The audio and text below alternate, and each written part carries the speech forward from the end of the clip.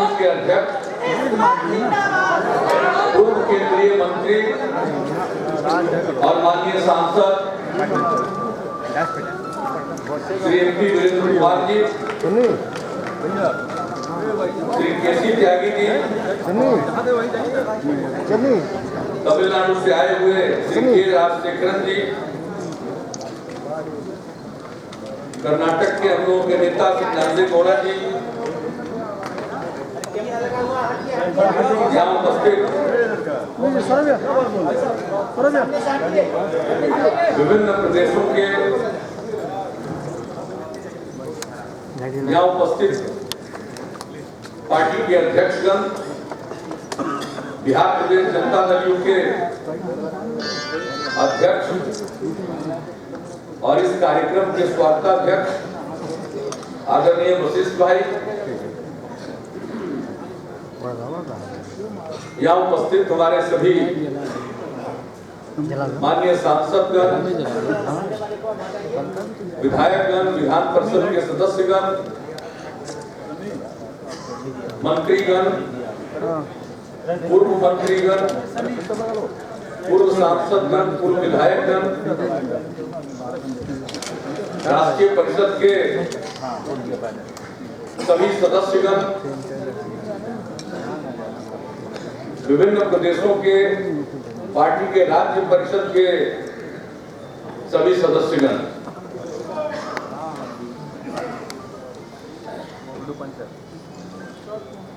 यहाँ उपस्थित प्रिंट और इलेक्ट्रॉनिक मीडिया के सभी मौजूद पत्रकार मित्रों, छायाकार बंधुओं, मैं सबसे पहले राजगीर की इस धरती पर हार्दिक स्वागत करता हूं, अभिनंदन करता हूं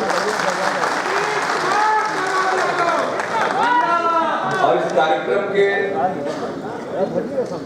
सफल और शानदार आयोजन के लिए बिहार प्रदेश जनता दल यू को और नालंदा जिला जनता दल यू को विशेष तौर पर बधाई देता हूं कि उन्होंने बहुत ही बेहतरीन तरीके से हमारे देश भर से आए हुए तमाम प्रतिनिधियों का ख्याल रखा है।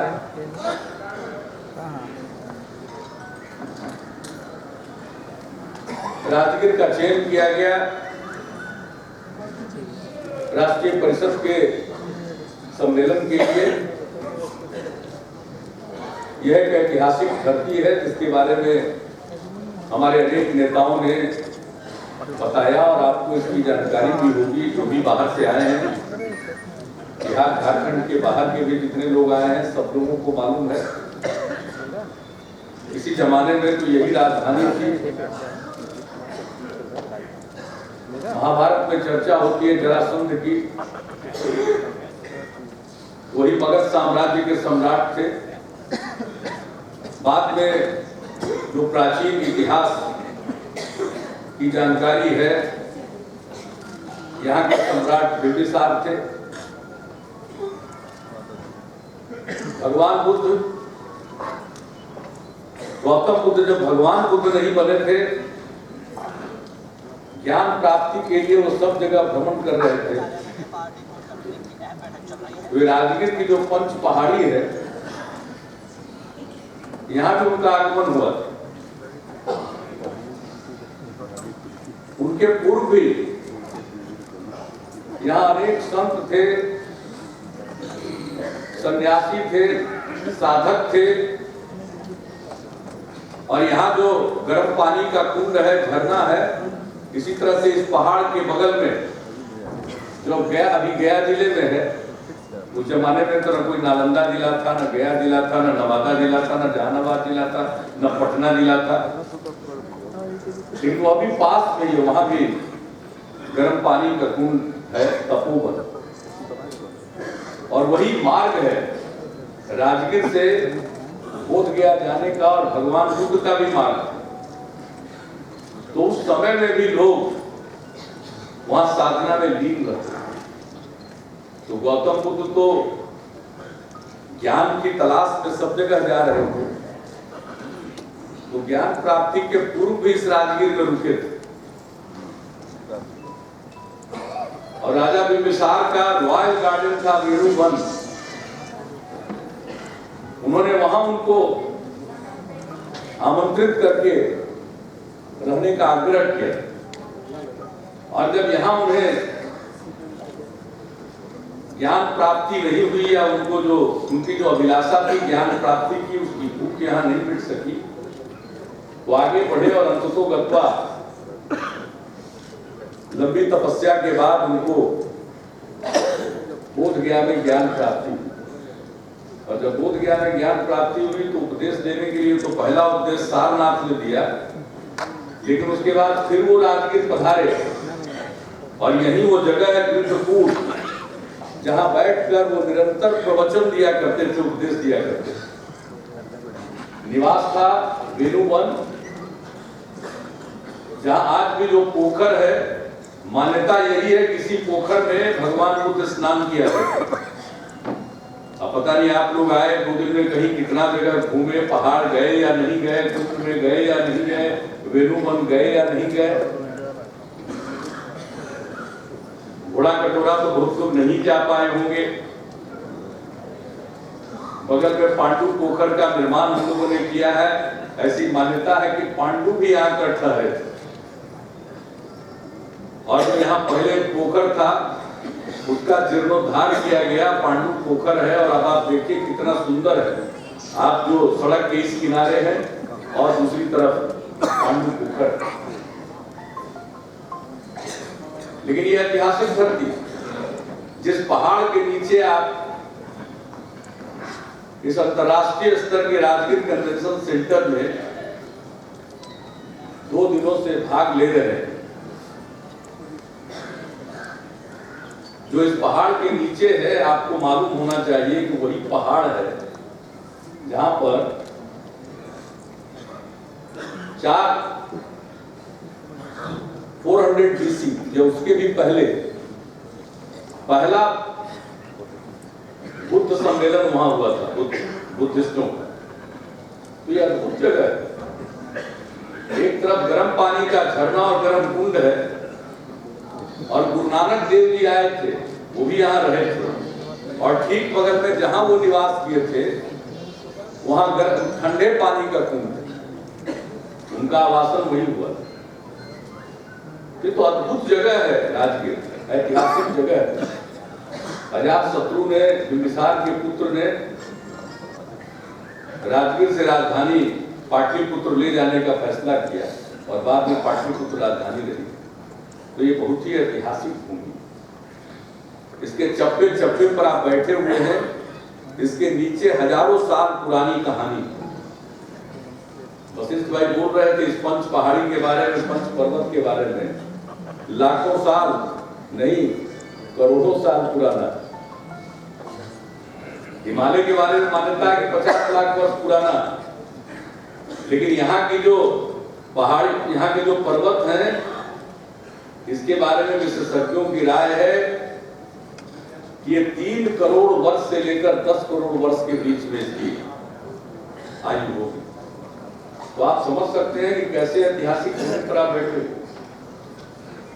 तो हम समझते हैं कि जिन जगहों का हमने जिक्र किया, अगर नहीं गए होंगे तो भोजन करिए और जगह घूमने उठने के बाद लौटिए,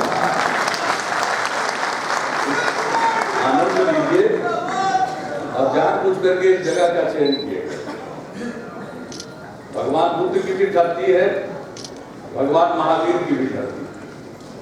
आप जितने पहाड़ का भ्रमण कीजिएगा तो इसके शिखर पर आप जैन मंदिर पाइएगा। तो भगवान महावीर की भी कर्म भूमि है। और भगवान महावीर का निर्वाण तो हुआ बगल में ही है पावापुरी, जहां उनका अंतिम संस्कार किया गया, जो आज जल मंदिर के नाम से जाना जाता है। उसके बारे में मान्यता यही है कि जब उनका अंतिम संस्कार हुआ तो जो लोग भी अंतिम संस्कार के वक्त आए उसके बाद वहां से एक चुटकी मिट्टी उन्होंने उठाई। अब आप सोच सकते हैं कितनी बड़ी संख्या में लोग थे। एक चुटकी मिट्टी उठाते उठाते वो उतना बड़ा पौंड बन गया, तालाब बन गया। ये सब ऐतिहासिक भूमि है। आप सब आए हैं, देश के कोने कोने से आए हैं। मैं आप सबका स्वागत करता हूँ, इसलिए विशेष तौर पर मैं करता हूँ।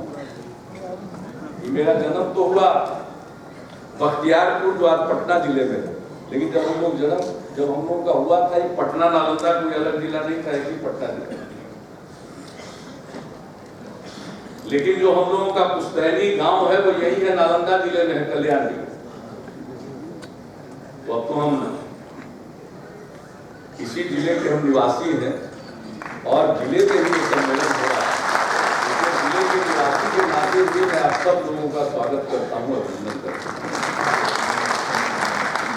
और बिहार की पार्टी ने और नालंदा जिले के लोगों ने इस कार्यक्रम में आप लोगों को कोई तकलीफ न हो, इसके लिए अपनी तरफ से कुछ कसर नहीं छोड़ रखा। लेकिन अगर इसके बावजूद आप में से किसी को कोई थोड़ी बहुत भी तकलीफ हुई होगी तो मैं आपसे क्षमा प्रार्थी हूं।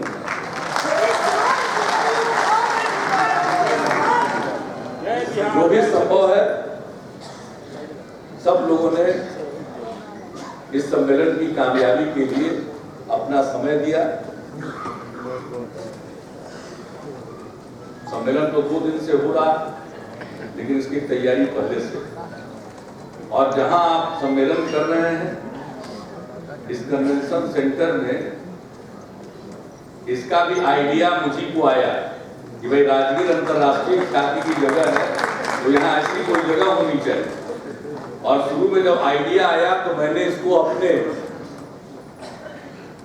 एमएलसी फंड से निर्माण कराना शुरू किया।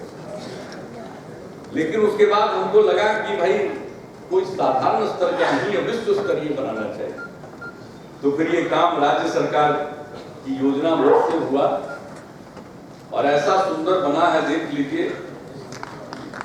अब यहाँ आए हैं, इसके नीचे जाइएगा तो चारों तरफ आर्ट गैलरी है। एक एक पेंटिंग जो आप टंगा हुआ पाइएगा वो वर्ल्ड क्लास है। हम लोगों के आमंत्रण पर लोग आते हैं और यही कैंप करके पेंटिंग करते हैं। वैसे कलाकार पेंटिंग करते हैं जिनके पेंटिंग की कीमत लाखों रुपए में है, कभी कभी करोड़ रुपए से भी ज्यादा। वैसे कलाकार इस जगह से इतना प्रभावित होते हैं कि आकर यही पेंटिंग करके चले जाते हैं। तो नीचे आप देखिएगा तो कला प्रदर्शनी पीछे कन्वेंशन सेंटर, न जाने कितने अंतर्राष्ट्रीय कार्यक्रम यहाँ हो चुके हैं। तो यहाँ आप सब लोग 2 दिन से हैं, अपना वक्त दिया। मैं सबसे पहले आप सब लोगों को इसके लिए धन्यवाद देता हूँ। शरद जी जनता दल के अध्यक्ष थे, 3 बार रहे।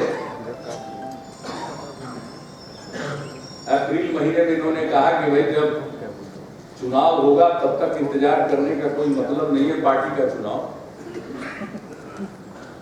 मुझको इन्होंने जिम्मेवारी लेने का आग्रह किया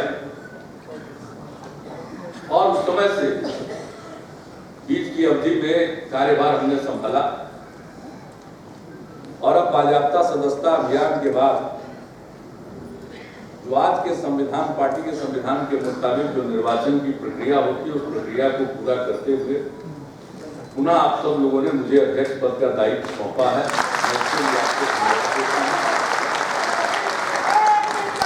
और यहाँ कई साथियों ने मुझसे ये उम्मीद की है। और कल भी जब राष्ट्रीय परिषद का सम्मेलन चल रहा था, जिसमें से राष्ट्रीय परिषद के सदस्य और प्रदेश अध्यक्ष गण थे, उसमें भी सब जगह के लोगों ने यही कहा कि भाई आप समय दीजिए।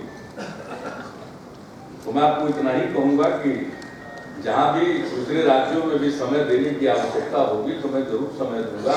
अगर इसकी जिम्मेदारी हम लोग भी है, बिहार का काम है, बिहार का काम करते रहेंगे। इस किसी दिन काम कम रहता है तो हमारा मन नहीं लगता। अब आदत हो गई है काम करने। जब तक 14-15 घंटा खटने का किसी दिन उपाय न हो तो फिर थोड़ी तकलीफ होती है, इसलिए हमको कोई दिक्कत नहीं। एक कहावत भी है, गधा पर 6 मन बोझ रहे कि 9 मन बोझ रहे, जितना बोझ डाल दीजिए, जब तक है तब तक करते रहेंगे, सेवा करते रहेंगे, कोई दिक्कत नहीं। अब विजेंद्र बाबू को इतराज हो रहा है, ये तो मुहावरा है, कहावत है, इसका मतलब हम थोड़ी कर रहे हैं, हम अपने को गधा कर रहे हैं।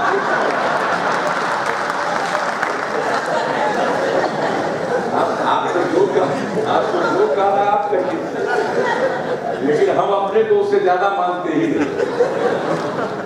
हम कहा, हमें कोई कुछ नहीं है। आज बिहार में अगर काम हुआ है तो इसका श्रेय मुझको नहीं, इसका श्रेय बिहार के लोगों को। मैं तो जाता हूं और वहीं से मुझको ज्ञान मिलता है, लोगों के बीच जाने से ही मुझको रास्ता दिखता है। और आप जानते हैं, हम तो बराबर यात्रा करते रहते हैं, लोगों के बीच में घूमते रहते हैं, उसी से आइडिया आता है। अगर मैं बताने लगूं तो दिन भर लग जाएगा, एक से एक आइडिया कहाँ आया, किस गांव में गए, क्या स्थिति देखी, उसके बाद किस तरह से आइडिया आया। इसलिए हम अपने को कोई बहुत बुद्धिमान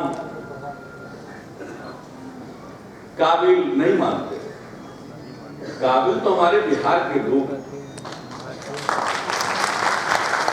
अब इन लोगों ने मेरे ऊपर जिम्मेवारी सौंपी तो मेरा ये धर्म बनता है कि हम अपने प्राणपन से सेवा करें, और वही सेवा कर रहे हैं।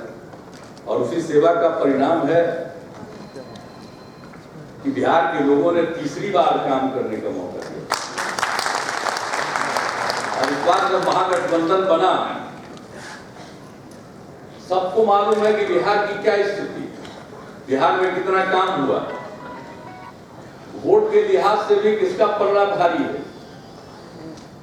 लेकिन फिर भी प्रचार का ऐसा दौर चलता था, भाजपा में तो और कुछ दम है नहीं, ये प्रचार पर जिंदा रहने वाली पार्टी। तो कितना प्रचार लोग करते रहे, कितना करते रहे, कितना करते रहे, और अपने में तो कोई दम नहीं था, तो सीधे उठा करके प्रधानमंत्री जी को ही ले आते थे। दर्जनों मीटिंग पहले, दर्जनों मीटिंग बाद में। आज तक तो किसी राज्य के चुनाव के पहले और चुनाव के बाद देश के सर्वोच्च नेता, प्रधानमंत्री के पद पर कोई है, सर्वोच्च नेता निर्वाचित सर्वोच्च नेता है देश के, उनको एक राज्य में इतना यहाँ के लोगों ने टहला दिया। हम उनका दोष मानते नहीं है, यहाँ से जो रिपोर्ट करता होगा बेचारे उनको मानते होंगे। अब बताइए, पराजय का मुंह देखना पड़ा, बिहार के पार्टी वाला कोई अपना क्लेम नहीं किया, अपने ऊपर जिम्मेदारी नहीं लिया कि भाई हम ही लोग गलत बताए थे दिल्ली में, इतना बार बार उनको बुलाए, और तभी पराजय का मुंह देखना पड़ा। बिहार का लोग है बहुत ही उस पार्टी में विचित्र है, सब खाली बयान बहादुर है। बताइए, मोदी जी को भी लाके रोज उतार के उनको भी फंसा। प्रचार के बल पर, प्रचार का तो ये हिसाब है, आलम है उनका, कि जिस दिन चुनाव का के बाद गिनती हो रही थी, उस दिन भी सवेरे मीडिया पर चलने लगा कि भाई महागठबंधन तो पिछड़ गया, भाजपा तो बहुत आगे चली गई, और कई टीवी डिस्कशन में भी लोग आकर के बात करने लगे कि हाँ ऐसा तो नहीं था। अब पता चला कि उस समय काउंटिंग भी नहीं शुरू हुआ। उस समय का फाइनल डिस्कशन देखने लायक, हम तो देखते नहीं है, लेकिन उसके बाद तो बताया, उनके इतवार का दिन था, अपना दाढ़ी बना रहे थे, बाल छटवा रहे। तो हम देखे कि मेरे घर में भी जो खाना वाना बनाता है उसका भी चेहरा लटका, वो देखा है चेहरा। लेकिन हम तो अपना बाल बनाते रहे, उसके देखे 15-20 मिनट के बाद सबका चेहरा नॉर्मल होने लगा। उसके बाद देखे कि खिलने लगा, क्या हुआ? 150 सीट पर आ गया।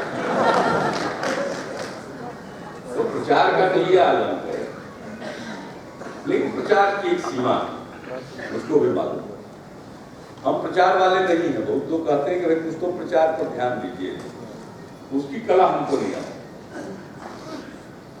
उस कला में हम माहिर नहीं। दरअसल उसके लिए हमारे पास वक्त भी नहीं। हम तो लोहिया जी को मानते हैं, गांधी लोहिया जेपी के रास्ते पर चलते हैं।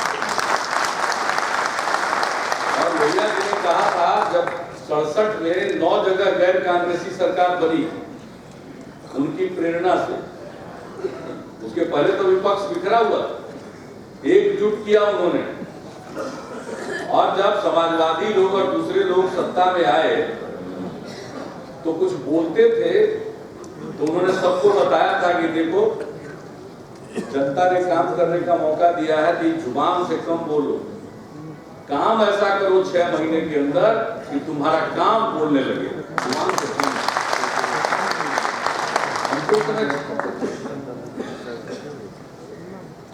प्री यूनिवर्सिटी साइंस में पढ़ते थे, साइंस कॉलेज पटना में। लोहिया जी की ये बात मेरे मन में घर कर गई, और जब सार्वजनिक जीवन में आए और काम करने का मौका लोगों ने दिया तो वो मेरे लिए एक बहुत ही मार्ग निर्देशक वाक्य, वे काम करो, काम अपने आप बोलेगा। हमने जब महिलाओं को 50% का आरक्षण दिया तो 60-1.5 साल कोई बिहार के बाहर जानता भी था क्या? लेकिन धीरे धीरे सब जान गया कि 50% आरक्षण पंचायती राज में, नगर निकाय में लोग जाने। लड़कियों के लिए पोशाक योजना शुरू की, लोग कहाँ जाए? साइकिल योजना की शुरुआत, पटना में लड़की साइकिल नहीं चलाती थी, अब बिहार शरीफ में नहीं, दरभंगा में नहीं, मुजफ्फरपुर में नहीं, और गांव-गांव से जब लड़की साइकिल चलाकर स्कूल जाने लगी सब लोगों को दिखाई पड़ा। अब पहले कोई लड़की साइकिल चलाकर अगर साइकिल चलाते हुए दिख जाती थी गांव में तो पूरा गांव इकट्ठा होकर के लड़की के पिता को क्या कहता, बेटी को संभालो हाथ से निकल गई। यही था सामाजिक मानसिकता, यही थी ना सामाजिक मानसिकता। और जब एक बार साइकिल शुरू हुआ, लड़कियां साइकिल चलाकर समूह में स्कूल जाने लगी तो लोगों की मानसिकता बदल गई, विचार बदल गया, सोच बदल गया। ये काम बोलने लगा या नहीं बोलने लगा?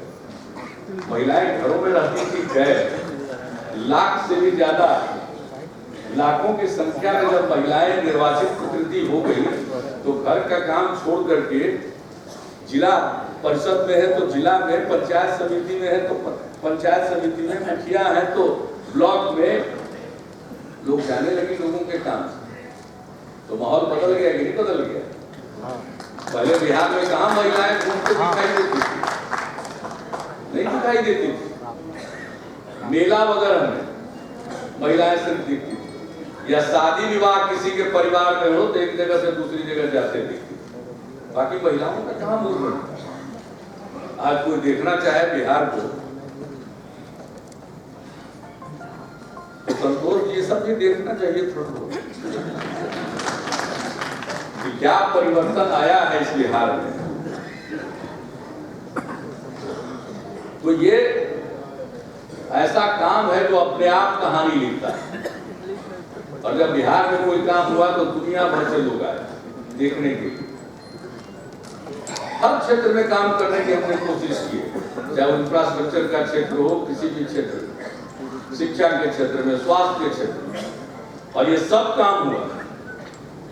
और लोगों के मनोभाव को हम भांपने की कोशिश करते हैं, लोगों की जरूरत को समझने की कोशिश करते हैं, और उसी को ध्यान में रखते हुए जब हमने देखा कि एक सर्टिफिकेट बनवाने के लिए लोगों को ब्लॉक में, अंचल में, सब डिवीजन में, कलेक्ट्रेट में जाना पड़ता है, बहुत समय लगता है, कई बार तो कुछ घूस देना पड़ता है, तो हमने तो 2011 में लोक सेवा अधिकार कानून लाया। बात बताइए, 14 करोड़ से भी ज्यादा लोगों ने इसका फायदा, 14 करोड़ एप्लीकेशन भी डिस्पोजल हुआ। और अब किसी को सर्टिफिकेट बनाना है तो कहीं घर घर जाने की जरूरत नहीं। 10 साल से जनता के दरबार में मुख्यमंत्री, जनता के दरबार में कलेक्टर, जनता के दरबार में दरोगा तक चलवाए, और अब कानून बना दिया लोक शिकायत निवारण अधिकार कानून, अब लोगों को अपनी शिकायत के निवारण का बिहार में कानूनी अधिकार है। बिहार तो पहला राज्य है और अभी तो लागू हुआ 5 जून से संपूर्ण क्रांति दिवस है, विश्व पर्यावरण दिवस।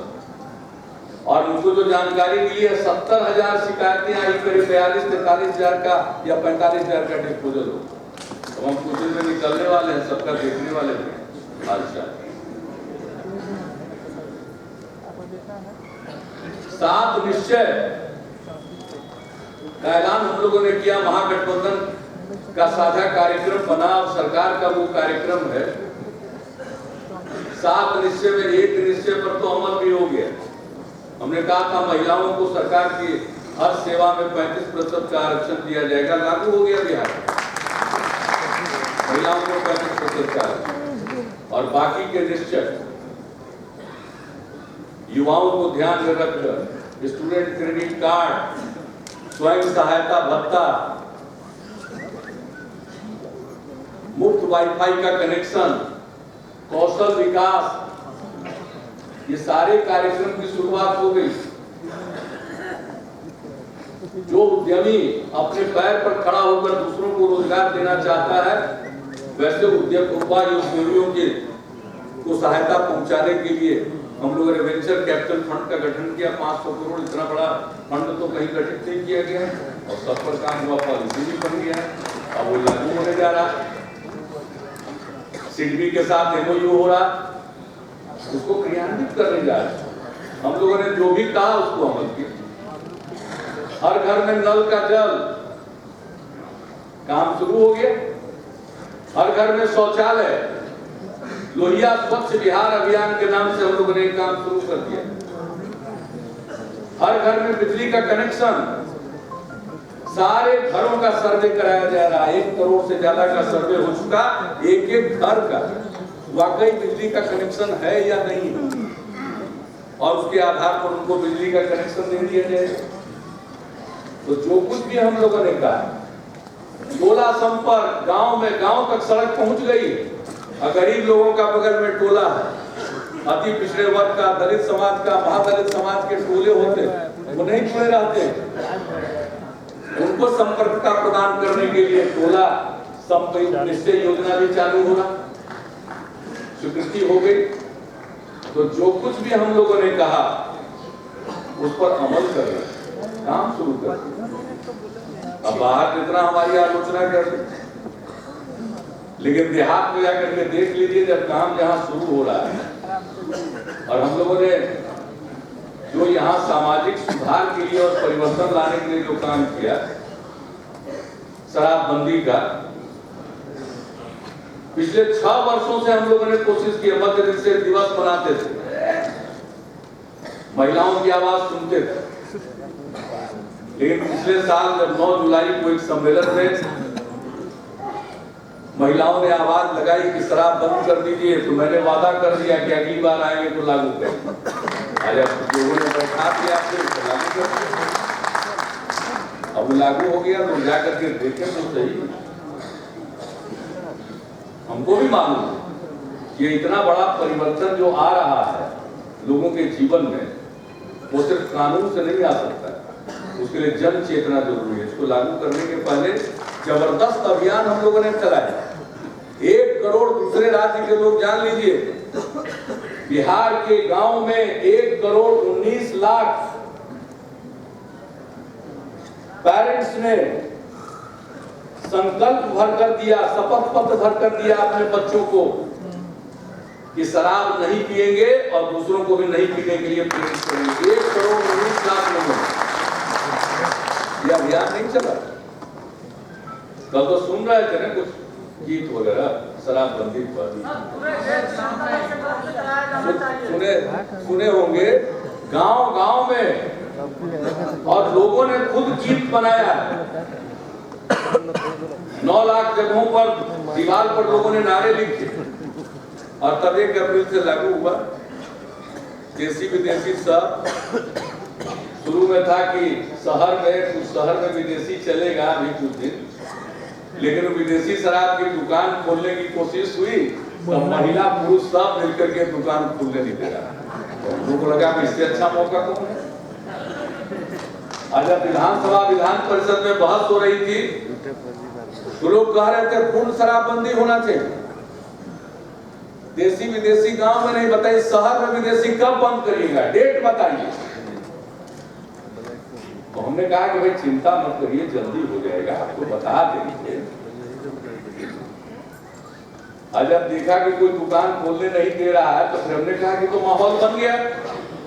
शहर में माहौल बनाने के लिए ही तो कुछ दिन बाद लागू करना चाहते थे, लेकिन जब माहौल बन गया तो सुबह से शीघ्र देर करने से क्या फायदा। 5 अप्रैल से लागू कर दिया। कानून में कुछ कड़े प्रोविजन है, हम मानते हैं, कानून कड़ा बनाया गया। पुराना कानून बड़ा सॉफ्ट था, उसमें संशोधन किया गया और उसके बाद जब शराबबंदी लागू हुआ तो देखा गया कि ये जो संशोधन किया गया इसमें भी कुछ कमी रह गई। उसको ध्यान में रख करके नया कानून बनाया और नया कानून 2 अक्टूबर से लागू हो गया। विधानसभा ने पास किया, गवर्नर साहब का मुहर लगा और तब हम लोगों ने तय किया कि इसको 2 अक्टूबर से गांधी जी के जन्मदिन के अवसर पर लागू करेंगे। इस बीच में पुराना चीज चुनौती दिया था लोगों ने हाईकोर्ट में। 25 तारीख को फैसला आ गया। फैसला आ गया तो बहुत लोगों को प्रसन्नता हो रही थी कि अब गया शराबबंदी, और गांव देहात में मुर्दनी छा गई थी कि अरे बाप फिर से शराब आ जाएगा क्या। तो 2 अक्टूबर से तो उसको लागू ही होना था, 2 अक्टूबर से लागू हो गया। तो बहुत लोग लिखा कि देखिए हाईकोर्ट के एक्ट के तोड़ देने के बाद भी नया कानून ले आए के बाद वो फैसला आता या नहीं आता, 2 अक्टूबर से तो नया कानून लागू होना ही था। उसको रोकने का किसी के पास माध्यम नहीं था, ये बात जानना चाहिए। और मैं तो कभी कभी परेशान हो जाता हूँ, जब मैं इन चीजों को देखता हूँ पत्र पत्रिकाओं में, मीडिया में देखते तो हमको अचरज होता है। अरे भाई हम लोग 8वीं क्लास से अखबार पढ़ते हैं, वहीं से जनरल नॉलेज हुआ प्राप्त किया। अब आज बताइए आप अखबार में सब बात नहीं लिखिएगा तो उसका जीके तो बड़ा पुअर हो जाएगा जनरल नॉलेज। दोनों का मिलान तो नहीं करना चाहिए था। ये तो पुराने आदेश को किसी ने चुनौती दी और उसका फैसला आया, और ये कानून बनने की प्रक्रिया अलग है जो अप्रैल में विधानमंडल ने पारित किया और गवर्नर साहब का दस्तखत हुआ सितंबर में। वो तो तुरंत लागू कर सकते थे, लेकिन हमको लगा कि नहीं, इसको गांधी जी के जन्म दिवस पर लागू करें।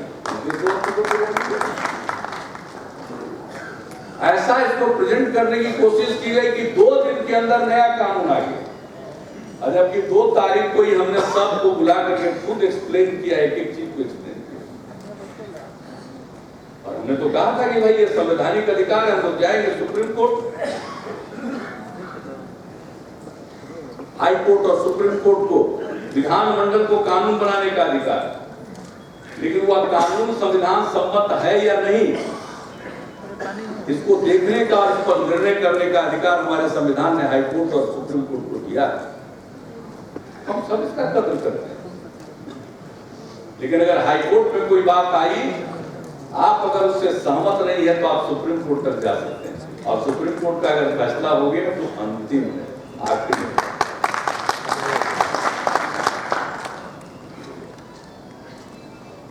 गया सुप्रीम कोर्ट में मामला, लेकिन जो नया कानून है तो पहले से अब इसके बारे में प्रचारित कर दिया गया कि तालिबानी कानून, और अंग्रेजी में लोग कहते हैं ड्रैकोनियन।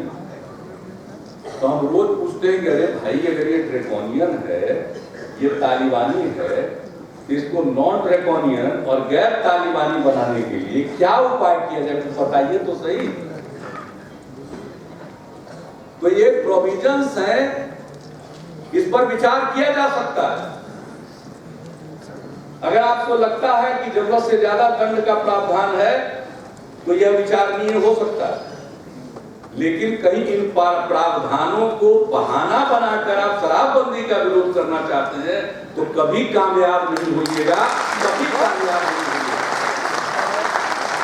क्योंकि संविधान में प्रावधान है और इसकी व्याख्या हो चुकी है। शराब पीने का और शराब का व्यापार करने का अधिकार मौलिक अधिकार भी है, इससे शराबबंदी है और शराबबंदी लागू रहेगा।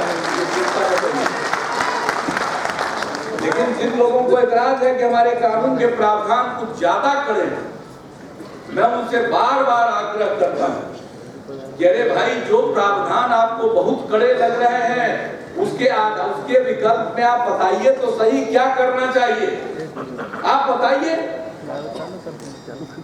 अगर हम लोग उस पर गौर नहीं करें तब आप हमको कह सकते हैं कि हमारी मानसिकता जो है वो बदल गई, लोकतांत्रिक नहीं रही। हम लोग तो तैयार हैं। पहला जो संशोधन हुआ सर्वसम्मति से पारित हुआ, मुख्यतः वो रिटेन किए गए, उसके बाद के कुछ प्रावधान इसमें हैं। तो मैं तो सबसे कहता हूं, चाहे किसी पार्टी के लोग हों, किसी भी क्षेत्र के लोग हों, बुद्धिजीवियों से सबसे मैं अपील करूंगा, पत्रकारों से, कानूनविदों से, नागरिकों से, सबसे मैं आग्रह करूंगा कि आप बताइए, अगर 2 अक्टूबर के से लागू कानून में आपको कहीं दिखाई पड़ता है तो उस चीज को बताइए, सिर्फ आलोचना मत करिए, उसका विकल्प बताइए, अल्टरनेटिव बताइए, क्या होना चाहिए ये बताइए। मैं आपका स्वागत करूंगा, लेकिन बताइएगा नहीं, खाली आलोचना करिएगा तो उसका क्या फायदा।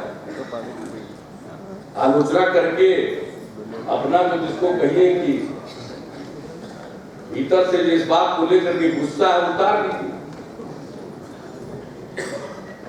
हम क्या करेंगे, हम खेल लेंगे। लेखनी के जरिए जो हम पर चाबुक चलता है मैं झेलने को तैयार, मेरी चमड़ी उठा दी, मुझे उसकी चिंता नहीं है। शराबबंदी के साथ समझौता नहीं है। और मैं आमंत्रित करता हूं सुझाव के लिए कि बताइए, कानून के कुछ कड़े प्रावधान आपको दिखते हैं तो उसके बारे में आप अपनी राय दीजिए। खाली ये मत कहिए कि कड़ा है कानून, आप बताइए क्या करना चाहिए ताकि शराबबंदी इन्फोर्स हो और शराबबंदी लागू होगा, क्रियान्वित हो रहा है और यह सफल होगा, कामयाब होगा। एक तरफ कानून और दूसरी तरफ जन चेतना, जन समर्थन, दोनों के सहयोग से होगा। और हम देख रहे हैं कि अधिकांश लोग खुश हैं, पुरुष हो या स्त्री, बच्चे, लेकिन कुछ ही लोगों को नाराजगी होती है। ऐसा लगता है कि जो थोड़ा बहुत शौकिया तो नहीं लेते होते, 1 पेग 2 पेग, उनको लगता है कि मेरे आजादी को तुम छीन रहे हो, तुम नाराज। अरे आपसे कौन बैठ लेगा, किसको हिम्मत है आपसे पहला लेगा। आप ओपिनियन मेकर्स हैं, आप बड़े लोग हैं, आपसे कौन झगड़ा लेगा मौत। लेकिन हम तो आपसे ही विनम्र प्रार्थना करेंगे कि जरा जा करके गांव में तो देख लीजिए, कम उम्र के बच्चे पीने लगे थे। आप बात करते हैं चीन से मुकाबला करेंगे, चीन तो अफीम से निकलकर कितना आगे बढ़ गया और आप अपने चक्कर में बच्चों को शराब में डुबा देना चाहते हैं, आने वाली पीढ़ी को। जो चीन अफीम से निकलकर इतना आगे बढ़ा, उसका मुकाबला करने की ख्वाहिश रखने वाले भारत के लोगों को शराब में डुबा देंगे और मुकाबला करेंगे। ये बहुत बड़ी बात है, मेरा कोई निजी चीज नहीं। कितना खुश है, पहले तो गांव देहात में पीने वाले लोग हमको बड़ा गलिया है, आजकल सब खुश है, कर बड़ा अच्छा काम कर रही है। तो हम तो जानते हैं भाई, बड़ा काम कीजिए। हम स्वामी विवेकानंद जी को सब जगह कोट कर रहे हैं कि जब बड़ा काम करिएगा तो पहले मजाक उड़ाएगा, उसका जो विरोध करेगा तब सब साथ हो जाएगा। तो मजाक का दौर खत्म हुआ, विरोध का दौर चल रहा है। मुझको पूरा विश्वास है कि सब लोग अंत को गत्वा इस बड़े काम के साथ